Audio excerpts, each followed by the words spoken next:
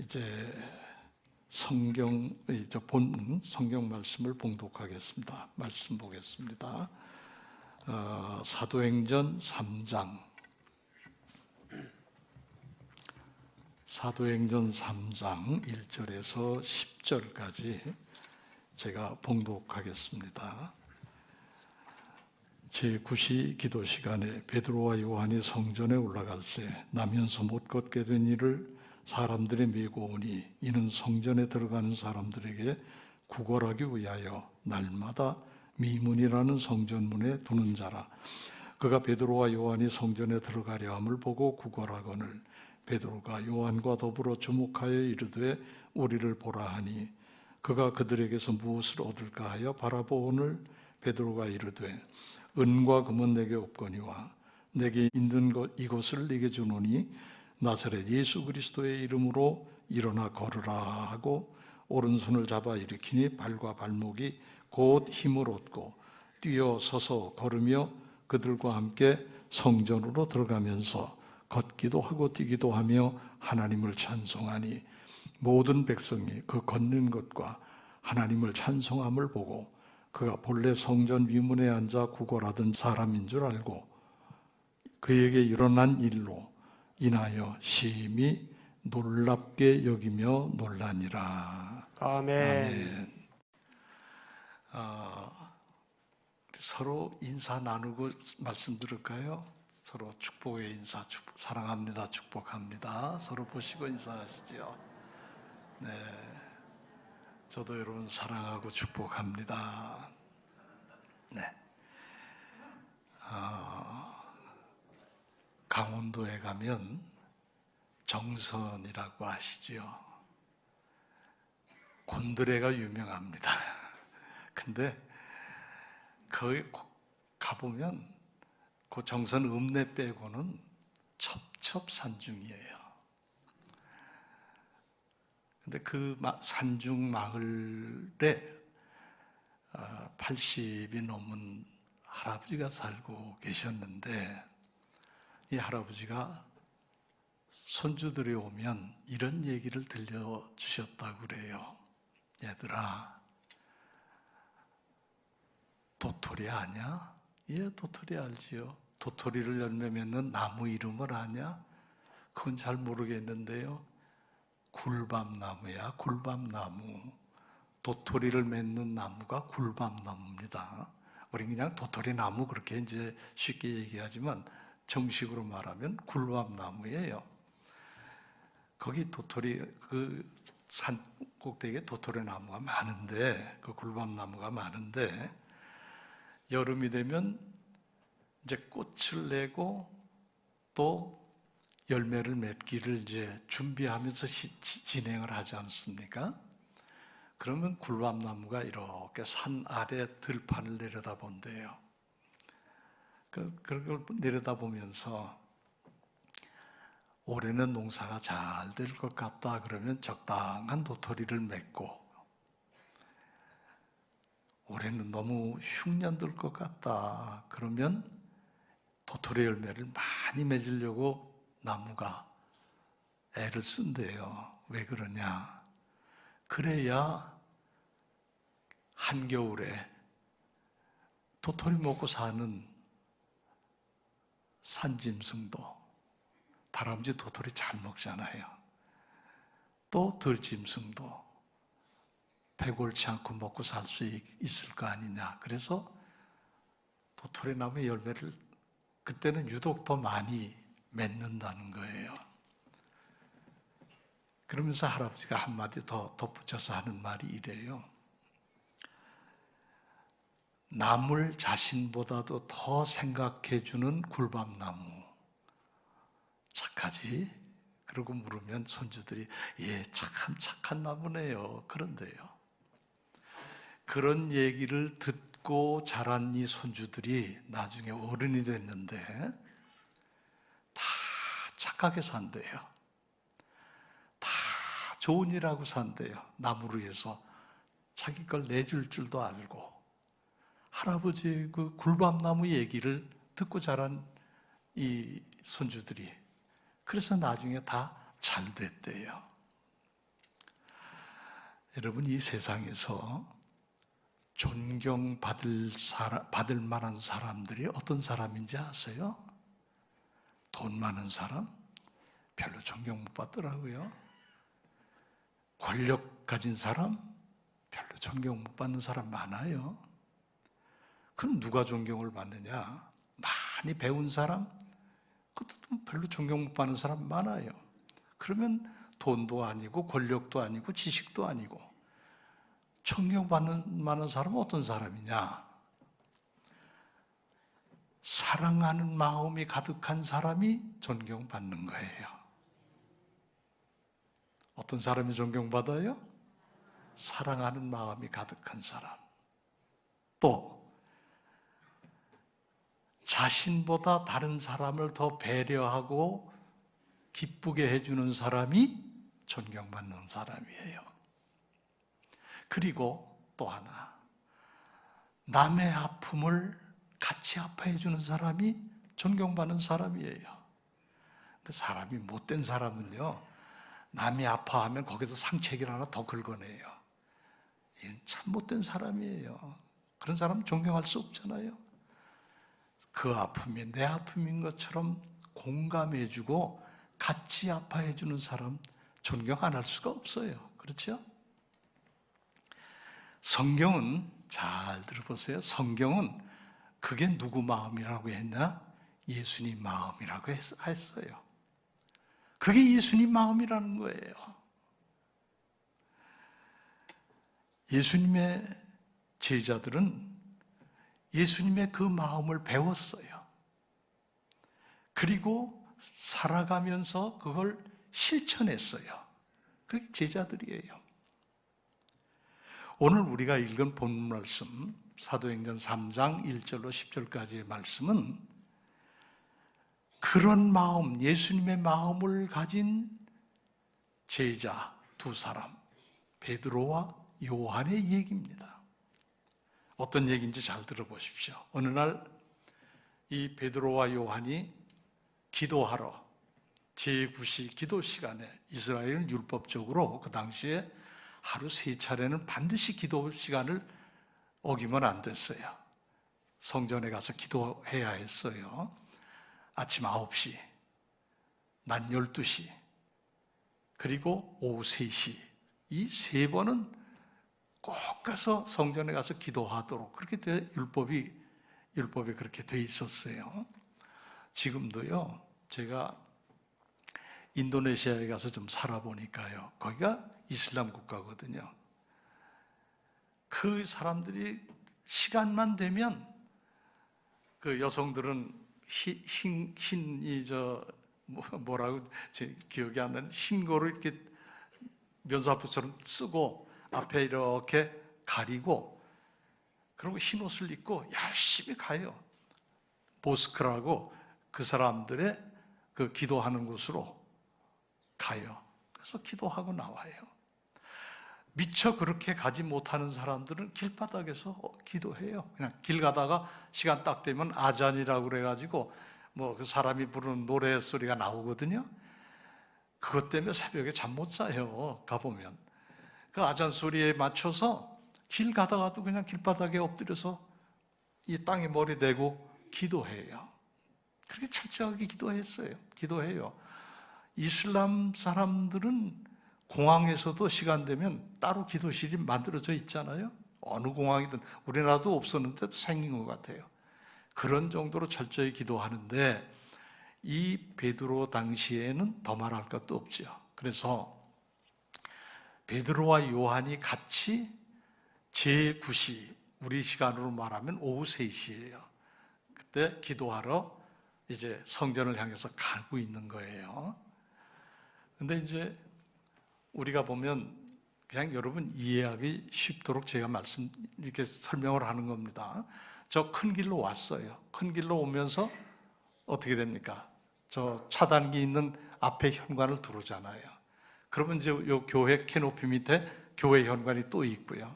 이제 그렇게 연상을 꼭 끄는 건 아니에요. 성문을 통해서 들어오는 건데 제가 쉽게 설명을 하느라고 그렇게 해요. 그런데 그렇게 들어오려고 사람들이 이제 시간이 돼서 막들 들어오잖아요, 기도하러. 그 사람들과 함께 베드로와 요한도 같이 들어오고 있었는데 저 바깥에 길 옆에 그 문 바깥에 사람들이 누군가를 떠매다 거기다 앉혀놔요. 성전 들어가는 그 큰 길가 옆에다. 보니까 이 사람은 태어날 때부터 한 번도 걸어본 적이 없는, 나면서부터 안전뱅이 된 사람이에요. 그 사람을 거기다 앉혀놓고 이제 데려다 준 사람들은 어디 갔어요? 이제 이 사람 거기 앉아서 뭐 하느냐? 기도하러 들어가는 사람들한테 일일이 뭘 좀 달라고 구걸을 하는 거죠. 성경에 그랬잖아요. 구걸을 한다. 구걸을 하고 있었어요. 그렇게 구걸하고 앉아 있는데 베드로와 요한도 거기를 지나가면서, 그 앞을 지나가면서 그걸 보게 됐지요. 성전으로 들어가는 사람, 기도하러 들어가는 사람들이 참 많았을 거라고요. 많았는데 어떤 사람은 가면서 그랬겠죠. 아이고, 오늘도 또 나왔네. 그러고 들어갔을 거예요. 또 어떤 사람은 사정은 딱하지만 나도 먹고 살기 힘들어, 미안해, 그러고 들어갔을 거예요. 또 어떤 사람은 아예 쳐다도 안 보고 그냥 들어갔을 거예요. 꼭 누구 같지요, 여러분? 그죠? 그렇게 들어갔어요. 그리고 간혹 가뭄에 콩나듯 간혹 동전 하나 던져주고 가는 사람들이 한둘 있었지요. 그런 속에 베드로와 요한이 지금 가다가 그 사람을 본 거예요. 근데 저는 그런 생각을 해봐요. 만일에 예수님께서 그렇게 지나가시다가 그가 거기 앉아 있는 것을 보시면 어떻게 하셨을까? 그런 생각을 해봐요. 예수님도 그냥 야, 나 바빠 그러고 그냥 들어가셨을까요? 야, 나도 돈 없어 그러고 들어가셨을까요? 아니면 아예 쳐다도 안 보고 들어가셨을까요? 예수님은 절대 그러지 않으셨을 거예요. 지난주에 제가 설교하면서 말씀드린 실로암 요한복음 9장 1절에 보면 예수께서 제자들과 길을 가시다가 맹인된 사람을 보시고 그에게 다가가셔서 실로암에 가서 눈 씻고 와라 해서 눈 떠진 기적이 일어났다는 얘기를 말씀을 드렸지요. 그때 예수님이 하신 건 그냥 안 지나치셨어요. 그냥 여기 또 장님 하나 앉았네. 그리고 그냥 이렇게 간 그런 사람이 예수님이 아니세요. 지나가시다 그걸 보고 사실 얼마나 불쌍해요. 불쌍하면 못 참으신 분이 예수님이에요. 그래서 가서 흙을 발라주고 실로암에 씻어라 해서 가서 씻었더니 밝은 눈이 되어서 왔더라. 예수님은 절대 그냥 안 보내시거든요. 그냥 외면 안 하시고 그러시거든요. 자, 아까 말씀드린 것처럼 그 예수님에게 누가 배웠어요? 베드로와 요한이 배웠어요. 따라다니면서. 예수님은 말씀으로도 가르치시지만 중요한 것은 당신의 행동으로 보여주셨어요. 이렇게 하는 것이라고. 그걸 보고 배운 베드로와 요한이 그냥 지나칠 리가 없지요. 아, 우리 주님이 그렇게 하셨어. 우리도 그냥 지나칠 수 없어. 배운 대로 하는 거 아닙니까? 배운 대로. 사람은 배운 대로 해요. 그래서 교육이 아주 중요한 거예요. 특히 가정교육 잘 하셔야 됩니다. 부모 하는 그대로 자식도 하거든요. 그러니까 그게 중요한데, 그러니까 베드로와 요한이 주님이 생각났을 거예요. 분명히 성경에 그렇게 기록이 안 돼 있지만, 아, 주님은 이런 사람을 그냥 지나치지 않으셨지 생각이 났을 거예요. 아마 요한복음 9장 실로암도 생각났을 거예요. 그래서 베드로와 요한이 그 앉아 구걸하는 걸어본 일이 없는, 걷지 못하는 사람에게 다가갔지요. 근데 오늘 말씀에 보면 주목하여 보고 그랬어요. 주목하여 보았다. 이걸 다른 번역 성경을 보니까 이렇게 번역이 되어 있더라고요. 두 사람, 베드로, 요한이 가던 걸음을 멈추고, 그와 어떤 뭐가 이루어지려면 가던 걸음을 반드시 멈춰야 돼요. 지나가며 쓱 보는 건 보는 거 아닙니다. 그렇죠? 가던 걸음을 멈추고, 그 길이 아무리 바쁜 길이고 그 길이 아무리 지금 급한 길이라도 이런 마음을 가진 사람은 가던 걸음을 멈추는 거예요. 멈추고 구걸하는 그 사람을 눈여겨보았다 그랬어요. 주목했다는 건 눈여겨보았다 그런 뜻이에요. 그냥 지나쳐도 아무 상관없어요. 못 본 채하고 가도 누가 뭐라는 사람 없어요. 그런데 베드로와 요한은 그냥 지나치질 않고 가던 걸음을 멈추고 눈여겨보았다. 예수님 꼭 닮았지요? 그죠? 예수님 꼭 닮았어요. 적어도 3년을 예수님을 따라다니며 보고 배웠다면 닮은 구석이 있어야지요. 그죠? 그래야 제자 아닙니까? 자, 우리 생각을 해봐요. 10년, 20년, 30년, 40년을 예수님을 믿었어도 닮은 구석이라고 눈꼽만큼도 없다. 그러면 그건 잘 믿었다고 말할 수 없어요. 그렇죠? 성경을 왜 읽고 또 읽고 왜 또 읽고 또 읽습니까? 그 속에서 예수님의 모습을 보고 나도 좀 닮아보려고 그렇게 성경을 읽는 거 아니겠어요? 메똑했다는 자랑거리를 읽으면 안 돼요. 설교를 왜 매주일마다 와서 듣습니까?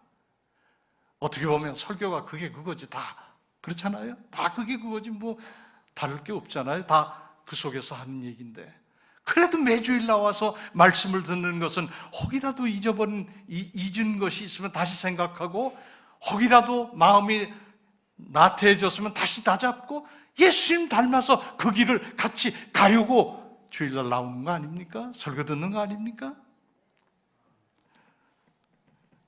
어떤 분이 그래요. 우리 교회에서 부목사님으로 일을 하다가 단독 목회로 이제 자기가 담임 목사님 돼서 나가게 됐어요. 그 교회를 제가 한번 가봤어요. 그랬더니 목회가 아주 재미나게 잘하더라고요. 그래서 참 잘한다고 내가 칭찬했더니 다 목사님한테 배운 대로 하는 거지요. 그러더라고요. 저하고 같이 여기서 부목사님으로 저는 담임 목사로 같이 사역했던 그게 밑거름이 돼서 목사님 하신 대로 그대로 제가 하고 있습니다. 보니까 주보도 똑같더라고요. 주보도 똑같아요. 그래서 제가 그때 느낀 게 뭐냐 하면 지도자는 지도자의 책임감이라는 게 있어야 된다. 그렇잖아요? 다 보고 배우는 건데 목사가 잘못하면 교인들이 뭘 배우겠어요? 그러니까 언제나 저는 긴장하는 거죠. 너무 버겁고 무거워도 그게 제가 가야 할 길이니까 긴장하는 거죠. 왜? 500명, 1000명의 교인들이 다 목사하는 걸 보고 따라하는데 제가 잘못하면 그게 목회가 되겠어요? 안 되죠. 이 사람들은 이 베드로와 요한은 예수님께 배운 대로 지금 하고 있는 거예요. 예수님의 마음을 헤아려서 예수님 그렇게 하셨지 나도 그렇게 해야지. 사도 바울이 우리에게 말씀하십니다. 빌립보서 2장 5절에 너희 안에 이 마음을 품어라 곧 그리스도 예수의 마음이니. 다시 말하면 예수님 마음 품고 살아라 그 말 아닙니까? 따라합시다. 예수님 마음을 품고 살자. 아멘. 이 사람이 진짜 크리스찬이에요. 이 사람이 리얼 크리스찬, 정말 진정한 주님의 제자라고 할 수 있어요. 예수님 마음을 품고 살려고 그래도 우린 부족한 사람들이지만 그대로는 살 수 없는 사람들이지만 최선을 다해서 노력은 할 수 있잖아요. 그죠? 저를 보고 죄송해요. 제가 잘난 척 하느라고 이 말하는 거 절대 아니에요. 어느 분이 저한테 편지를 주셨어요. 근데 거기에 저를 이렇게 과분하게 이렇게 비추어서 쓰셨더라고요. 목사님은 땅 위에 예수님 같아요. 목사님은 땅에 예수님 같아요. 우리 예수님은 저 하늘에 계시지만 꼭 땅에서 예수님 보는 것 같아요. 저는 몸둘 바를 모르겠어요. 제가 그럴 사람이 될 수도 없고 그런 사람일 수도 없는데 그렇게 봐주시니까 너무 제가 또 책임감이 무겁지요. 허투루 안 보실 거 아닙니까? 이렇게 보는 눈이 예리한데 제가 어떻게 허투루 살 수 있겠습니까? 베드로와 요한이 그렇게 살았어요. 그러면서 이제 그 사람 앞에 다가가가지고 이렇게 얘기합니다. 눈여겨보면서 그 사람은 혹시 돈 좀 동정해 줄라나 하고 쳐다보는데 예수님이 같이 쳐다보면서 주목하면서 뭐라고 얘기했는지 아세요? 은과 금은 내게 없다. 다시 말하면 내가 너한테 줄 돈은 주머니에 없어. 그런데 내게 있는 것 한 가지 있어. 그게 뭐냐? 나사렛 예수 그리스도의 이름이야. 나한테는 돈은 없어도 나사렛 예수 그리스도의 이름이 있어. 이름으로 너에게 명하노니 일어나 걸으라고. 그의 손을 잡아 일으켰습니다. 그랬더니 그가 벌떡 일어나가지고 걷기도 하고 뛰기도 하고. 할렐루야. 얼마나 놀라운 기적이에요. 얼마나 감사해요. 그래서 너무 감사해가지고 평생 그는 그랬을 거예요. 여기 40세라고 그랬으니까 40살 될 때까지 그는 그랬을 거예요. 앞에서 구걸하면서 성전에 들어갔다 나갔다 기도하고 예배드리고 왔다 갔다 하는 사람 보면서 나는 죽기 전에 한번 내 발로 걸어서 성전에 들어가 볼 수 있을까? 40년을 못 일어나는 사람이 가능이나 하겠어요? 그러니까 날마다 부러워만 한 거죠. 날마다 부러워서 나도 좀 저렇게 내 발로 걸어서 기도하러 성전에 좀 들어갈 수 있으면 얼마나 좋을까? 하지만 안 됐어요. 그런데 놀랍게도 예수 그리스도, 나사렛 예수 그리스도 이름으로 일어나 걷게 됐단 말이에요. 얼마나 기쁘었어요. 평생의 소원이 이루어진 거 아닙니까? 꿈이 이루어진 거 아닙니까? 너무너무 기뻐가지고 한 손엔 베드로 손잡고 한 손엔 요한 손잡고 그냥 춤을 추며 성전으로 들어갔어요. 여기 보니까 성전으로 들어갔다 그랬어요. 여러분 그쯤 되면 보통 사람들 같으면 세상으로 뛰어갔을 겁니다. 먼저 자기 집으로 뛰어갔을지도 몰라요. 가족들한테 야, 나 고쳤다, 이렇게 걷는다, 나 뛴다, 그리고 자기 집으로, 동네로, 세상으로 갔을 거예요. 그런데 성경을 잘 보면 이 사람은 그렇게 안 했어요. 성전으로 먼저 들어갔어요. 성전으로. 평생 그게 소원이었으니까. 여러분 내 발로 예배드리러 나오는 것을 큰 축복으로 하시기를 바랍니다. 하고 싶어도 못하는 사람이 있잖아요. 이런 축복을 누리고 살면서도 맨날 아이고 죽겠네, 그러면 안 되잖아요. 너무너무 좋아서 여기 성경에 보면 그렇게 성전으로 들어가면서 따라합시다. 하나님을 찬송하더라. 할렐루야. 왜 성전으로 먼저 갔을까요? 집으로 가서 가족들한테 보이고 또 세상에 가서 사람들한테 보이고 그러고 싶었을 텐데 왜 그거 다 뒤로 하고 성전으로 먼저 들어갔을까요? 첫째는 하나님께 먼저 감사하자. 은혜 받고도 감사 못하는 사람 참 많아요. 하나님께 먼저 감사드리자. 두 번째는 하나님께 먼저 감사와 기도를 함께 드리자. 나도 기도하자. 세 번째는 하나님을 찬양하자, 찬송하자. 그래서 하나님을 찬송하더라, 그런 말씀을 주고 있습니다. 교회는 그래서 그런 사람들이 모여서 기쁘게 하나님을 찬송하고 기쁨으로 기도하고 기쁨으로 신앙생활하는 것이 교회가 돼야 돼요. 제가 그 가톨릭 사제 서품식 하는 걸 잠깐 봤어요. 근데 가톨릭에서 사제 서품하는 거는 우리 목사 안수식하고는 달라요. 우리 목사 안수식은 저는 제발 좀 진지하게 좀 했으면 좋겠다는 생각이 들어요. 그냥 형식적으로 시간 때우고 지나가거든요. 그건 안 될 일이에요. 가톨릭의 사제들은 사제 서품을 받을 때 이 앞에 쭉 엎드려요. 10명, 20명이 다 완전히 배 땅에 다 대고 팔 딱 벌리고 엎드려요. 그러면서 자기를 드려요. 제가 여기 있으니 저를 받아주십시오. 하나님, 저를 받으세요 하고 엎드려요. 그리고 이제 일정한 시기 진행되면 이제 의자에 앉아요. 그러면 이름을 불러요. 이름을 딱 부르면 그 서품 받는 사람이 뭐라고 대답하는지 아세요? 예, 그러지 않습니다. 제가 여기 있습니다, 그렇게 얘기해요. 예, 아무개 여기 있습니다, 그래요. 여러분 성경에서 보신 기억 안 나요? 이사야가 소명받을 때 그랬어요. 누구를 보낼꼬 하고 하나님이 물으시니까 제가 여기 있습니다, 저를 보내십시오, 제가 여기 있습니다, 그래요. 이게 진정한 성직자의 길 아니겠습니까?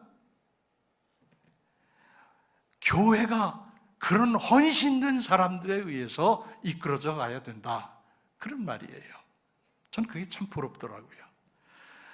여러분, 교회는요, 세상에서 절망하고 세상에서 사람들에게 멸시받고 서럽디 서러운 삶을 살던 사람이 교회에 나와서 유일하게 기쁨을 얻고 행복을 얻는 곳이 교회가 돼야 한다, 그 말씀이에요.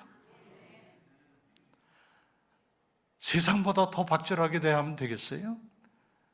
세상보다 더 냉혹하게 대하면 되겠어요? 교회에 나오면 사람 대접도 받고, 교회에 나오면 은혜 받고 기쁨이 충만해서 여기 이 사람처럼 걷기도 하고 뛰기도 하면서 하나님을 마음껏 찬양하고, 이게 교회예요. 목사는 이 베드로와 요한 같아야 된다고 저는 그렇게 믿어요. 그렇게 만드는 게 목사의 책임이에요. 목사가 교인들 나무라고 꾸짖고 호통치고, 이건 목사 아니에요. 교인은 목사 앞에 무릎 꿇는 사람들이 아닙니다. 하나님 앞에 무릎 꿇는 사람들이에요. 목사는 직을 하나님께로부터 부여받아서 섬기라고 세워주신 게 목사예요. 같이 성도들과 목사가 같이 하나님 앞에 무릎 꿇고 기도하고 주님을 섬기면서 서로와 서로를 섬기면서 그런 은혜가 가득한 교회가 주님이 원하시는 교회인 줄로 믿습니다. 우리 교회 꼭 그렇게 되십시다. 저는 오늘 이 말씀 속에서 몇 가지 교훈을 찾아봅니다. 첫째, 예수님께 배운 대로 하자. 교훈은 그겁니다. 여기 베드로와 요한이 예수님 닮아서 예수님처럼 말하고 예수님처럼 행동하는, 그래서 예수님을 따라가는, 예수님에 대한 삶을 같이 살아내는 이런 것이 우리에게도 필요하다. 명목상 신자가 아니고 정말 주님을 따르는 제자가 되어야 될 줄로 믿습니다. 교회는 오래 다닌 게 자랑이 아니에요.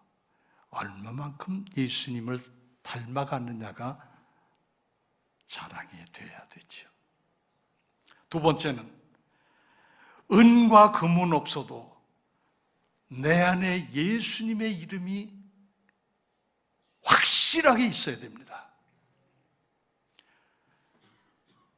은과 금이 없는 것은 비난의 대상도 아니고 창피한 일도 아니에요. 돈이라는 게 있는 사람도 있고 없는 사람도 있고 그런 거지. 돈 없다고 무시하고 창피하면 되겠어요?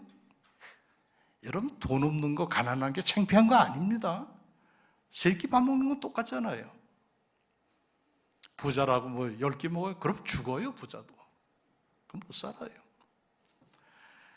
돈이 없고 가난하다는 건 절대로 부끄러운 일도 아니고 창피한 일도 아니고 단지 좁게 불편한 일이에요. 불편함은 좀 있을 수 있어요. 아이고, 좁게라고 그래서 미안해요. 어쨌든 그래요. 그러니까 그게 중요한 게 아니고 내 안에 누가 계셔야 된다고요? 예수님 계셔야 돼요. 예수님의 이름이 내 안에 항상 머물러 계셔야 된다 그 말이에요. 왜 예수의 이름이 있어야 되느냐? 왜 예수님의 이름이 있어야 되느냐? 첫째는 예수 이름만이 나를 구원하기 때문이에요. 사도행전 16장 31절 주 예수를 믿으라 그리하면 너와 네 집이 구원을 받으리라. 로마서 10장 13절 누구든지 주의 이름을 부르는 자는 구원을 얻으리라. 사도행전 4장 12절 다른 이로서는 구원을 얻을 수 없나니 천하 인간의 구원 얻을 만한 다른 이름을 주신 우리에게 주신 일이 없음이니라. 오직 예수 이름만이 우리를 구원하신다는 거예요. 누가 여러분에게 예수님이 왜 믿냐? 그러고 물으면 뭐라고 대답하시겠어요? 속으로 한번 대답해 보세요. 누가 본인에게 너 예수 왜 믿냐? 그러고 물으면 뭐라고 대답하시겠어요?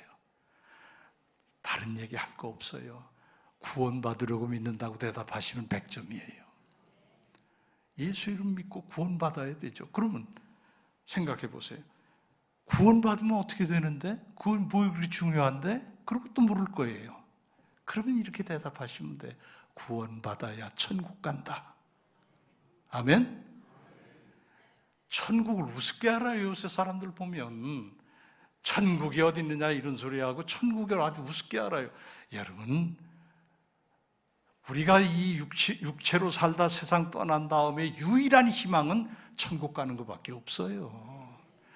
아무리 무덤을 어마어마하게 무덤을 장식하고 돈 들여서 해놨다 한들 그게 죽은 사람하고 무슨 상관이에요? 아무 상관없어요.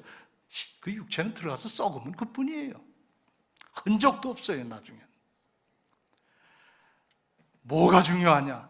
내 영혼이 구원받아서 천국 가는 거, 이게 제일 중요한 거예요. 천국을 우습게 하면 안 됩니다. 그 천국에 가기 위해서 구원받아야 되고 구원받기 위해서는 예수 이름을 믿어야 된다 그 말이에요. 이 간단한 거, 이걸 우리는 잊어버리고 살고 있거든요.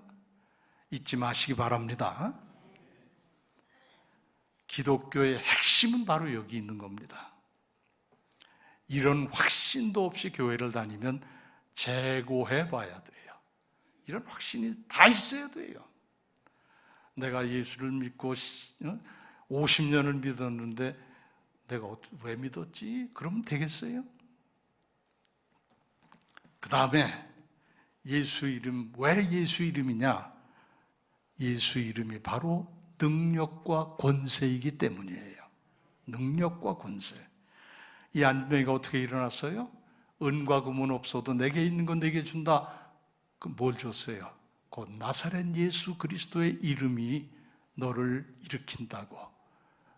예수의 이름의 능력에 의해서 그를 잡아 일으켰더니 일어나 걷기도 하고 뛰기도 하더라.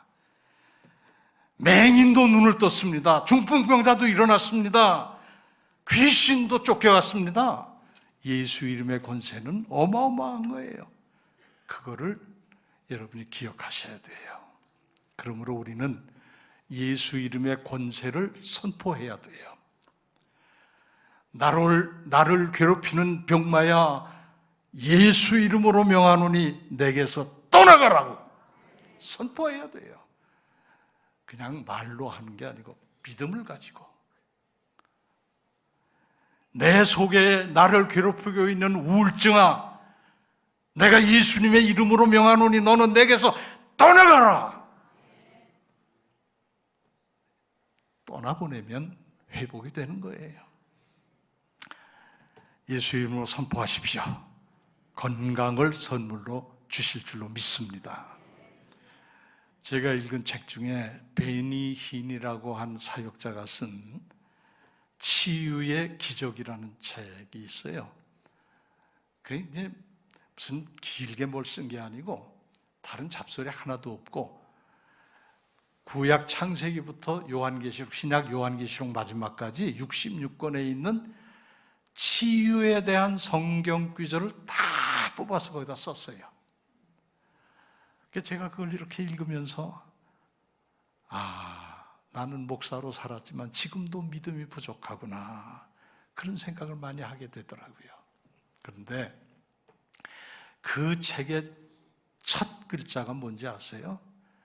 당신은 기적을 믿습니까? 하고 묻는 거예요. 당신이 주님의 기적을 믿지 않는다면 아무것도 할 수 없다는 거예요. 그래서 믿음이 필요한 거예요. 믿는 자가 기적도 일으키게 되는 것이에요. 예수님 말씀하시잖아요. 내 믿음이 너를 낫게 하였느니라. 내 믿음이 너를 구원하였노라. 하나님은 치료의 하나님이세요. 그래서 하나님은 이렇게 말씀하십니다. 나는 너를 치료하는 하나님이다. 내가 너를 고치리라. 내 이름을 경외하는 자는 너희에게 의로운 해가 떠올라서 치료하는 광선을 비치리니 너희가 나가서 외양간에서 나온 송아지같이 건강해져서 펄떡펄떡 뛰리라. 아멘. 말라기 4장 2절의 말씀이에요. 마지막으로 예수님의 이름이 왜 우리에게 중요하냐? 예수님의 이름이 바로 사랑이기 때문에 그래요. 예수님께서 우리를 사랑하셔서 십자가에 당신의 몸을 내주셨어요. 그래서 십자가에 못 박혀 피와 물을 쏟으시면서 우리를 그 보혈로 우리의 죄를 깨끗하게 씻어주시고 구원하셔서 천국 백성이 되게 하셨다. 세상에 이보다 더 큰 사랑이 어디 있습니까? 나하고 예수님하고 아무 상관도 없어요. 그렇죠? 예수님을 본 적도 없고 만난 적도 없고 2000년 전에 오셨다 가신 분이고 안 보이니까 나하고는 아무 관계가 없어요. 그런데 왜 내가 여기 와서 예수님을 믿고 이렇게 예배를 드리고 고백하고 있습니까? 그 십자가의 사랑을 알기 때문이에요. 아무 상관도 없는 2000년 후에 태어난 나를 위해서 이미 십자가에서 당신의 그 모든 피를 쏟아 내 죄를 씻어주셨다는 것, 이게 얼마나 큰 구원이에요. 얼마나 큰 사랑이에요. 이 사랑을 우리가 받았으니 우리도 이 사랑을 다른 이에게 전할 수 있어야 돼요. 예수 이름은 사랑이다. 기억하시고 우리가 아름다운 크리스찬으로서 믿음의 사람으로 승리하며 예수 이름으로 승리하며 살아갈 수 있게 되기를 축원합니다. 기도하겠습니다. 아버지 하나님 감사합니다. 주신 말씀처럼 예수님을 닮아가는 삶을 살게 하시고 그 이름을 의지해서 잊지 않고 그 이름의 능력을 힘입어서 승리하는 삶을 살아가는 우리 믿음의 식구들 다 되게 하여 주시옵소서. 예수님의 이름으로 기도합니다. 아멘. 이제는 우리 주 예수 그리스도의 크신 은혜와 하나님 아버지의 넓으신 사랑과 성령님의 교통하심이 예수 이름으로 승리하기 원하는 살아가는 우리 믿음의 식구들 머리 위에 지금부터 영원토록 함께 하시기를 축원하옵나이다. 아멘.